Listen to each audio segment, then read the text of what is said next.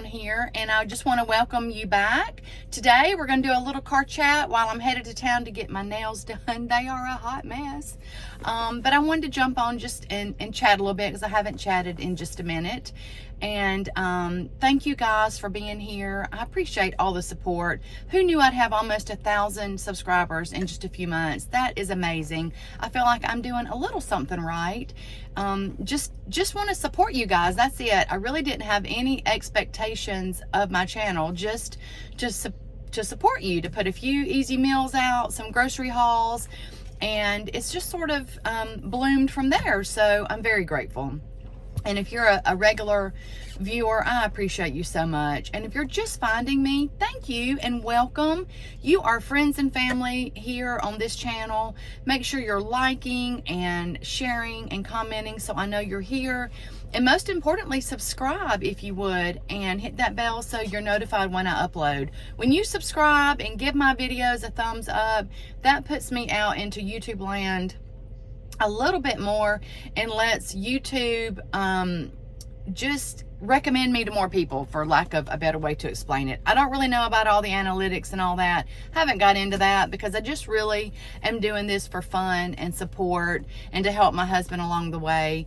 But I really love it, and I love you guys, and your comments are so sweet and bless me so much. So thank you, thank you, thank you. Now today's car chat is a little bit of a conglomeration, actually. Like I said, I'm going to get my nails done.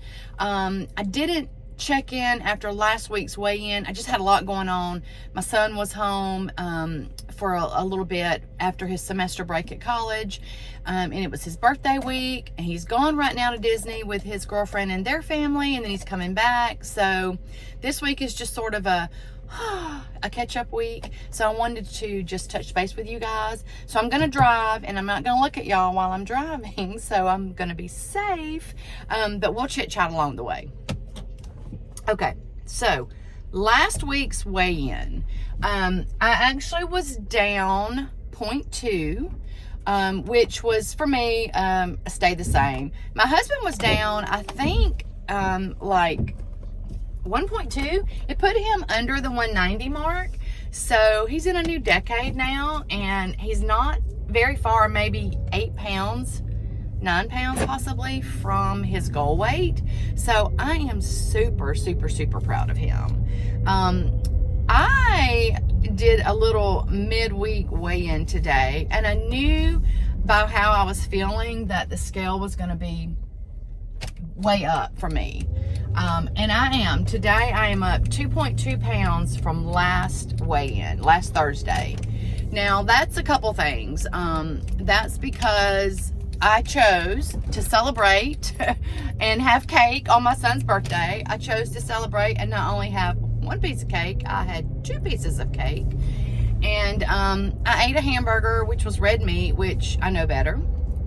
So it's sort of been kind of downhill or uphill if you want to look at the scale since then, and I haven't felt good. Yesterday when I woke up, I felt horrible. I was lightheaded. I felt like I had low blood sugar, which I felt like I did. I didn't check it, but I felt like I did based on my symptoms. And it was all the sugar, I think, from the day before, because I don't eat a lot of real sugar. I do eat little mini kind bars, and I will eat a caramel rice cake. That's about the extent of my sugar. And that cake, I'm sure, was loaded with sugar. It's a vegan cake, no eggs, no milk, no peanut of any kind. But that was the heaviest cake I've ever felt in my life. I bet it easily weighed 8 to 10 pounds. And I don't know exactly what's in the vegan cake, but it's very dense, and it's very sweet. And I shouldn't have had the second piece. That's the first mistake. And I shouldn't have had the red meat, but because it affects me, not in a good way. And, you know, I'm an open book for you guys. I have IBS-C, and every once in a while it gets out of sorts, and it's out of sorts this week, and I'm pretty sure it's my diet this week. It's in check most of the time. Stop, I can talk to you. It's in check most of the time, but I am all out of sorts. I feel like I have a concrete block in my stomach. And I just don't feel good from all of that sugar. And so, you know, I have a motto: just because we can, we shouldn't sometimes. And yes, on Weight Watchers, if you're following, you know, healthy app, if you're following, you know, clean eating, there's so many, you know, ways to eat out there today. It's just hard to name them all. But just because we can doesn't mean we should. And this was a prime example of that. I should have chosen a different way to celebrate his birthday than to have 2 pieces of that cake, because now I'm reaping the benefits of that. No benefit at all to me, except I had a wonderful day, but the aftermath has been terrible. So I was talking to Rodi yesterday on a little video chat. She's been so sweet to invite me to admin on her weight loss channel, and I'm going to link that in my description box, because I think it's a wonderful group. It's a very all-inclusive group, no matter what weight loss plan you're following. And we were chit-chatting, and we were both lamenting about how we felt and about our eating, and which was amazing to just sort of have that sounding board. I was so grateful for that video chat. And I love Rodi so much. She's such a precious soul. But I told her, I said, I think everybody should practice super good eating habits, you know, really do what they're supposed to do, and then just kind of go off track for 1 meal or 2 or for a day and see how their body feels, so you actually know how you feel when you don't do right. I think for me, I try to eat right all the time, and I'd say 99.9999% I do. But you really can't know, and my camera's crooked, you really can't know how good you feel and how much benefit it is giving your body until you go off the rails and your body kind of revolts against you, and it goes, hey, I don't like that, and this is how I feel when I don't like that. And it was a really big eye-opener for me, to see how sugar not only impacts, you know, just like my brain fog and how I felt that way yesterday, but how much the sugar actually impacts my arthritis. I could barely use my fingers yesterday, and I had a lot of work to do in my office, and using my fingers was difficult yesterday because the joints in my hand hurt so bad from that sugar, the effects of the sugar. So it was a really good eye-opener for me. I think next year on his birthday, I will buy the same birthday cake for him, but I will choose a different method for me to celebrate his birthday. I will not eat that cake again. As much as I love it, and as much as I absolutely can eat it and would be within my plan if I use, you know, all my weeklies and exercise points, but I shouldn't do it, and I'm not going to do it because it was painful, and it still is painful to my body. So I guess that's my little talk today, is about, you know, just because we can, we shouldn't. And that's what I've always told my children growing up. Just because you can doesn't mean you should. And I think that relates to us too in our eating. So anyway, off of my soapbox. I'm not preaching, I'm not pointing fingers, except all at myself here. But I think it's something for you to think about. If you know there are things that you should not eat because how they make you feel. Not the scale, not so much the scale, because there are things that we eat that are going to impact our scale. But just how we physically feel and how we mentally feel. If there are things that you know that you should not eat, then make a note of that and just try not to eat them, because the scale aside, I want to feel good every day. I don't want my arthritis flared up. I don't want my tummy symptoms flared up. I don't want to be like that. And what is so scary is that, before I got back on Weight Watchers really religiously and it wasn't, off the rails and sort of 1 foot in, 1 foot out, I really felt like that a lot of my days, but I didn't realize it because I had more of those days than I had good feeling days. And so I didn't know. So now I know. and I will not be making those same mistakes again. So anyway, drop down in the comments, what are some of your triggers? What do you know that you shouldn't eat, and why you should not eat them? And let's talk about it, because this journey, this weight loss, weight maintenance journey is about so much more than the scale. Yes, the scale is important. We're trying to get to a certain number. But for a lot of us, it's about health. It's about how our body feels, how the conditions we have, how they are impacted by the foods that we eat.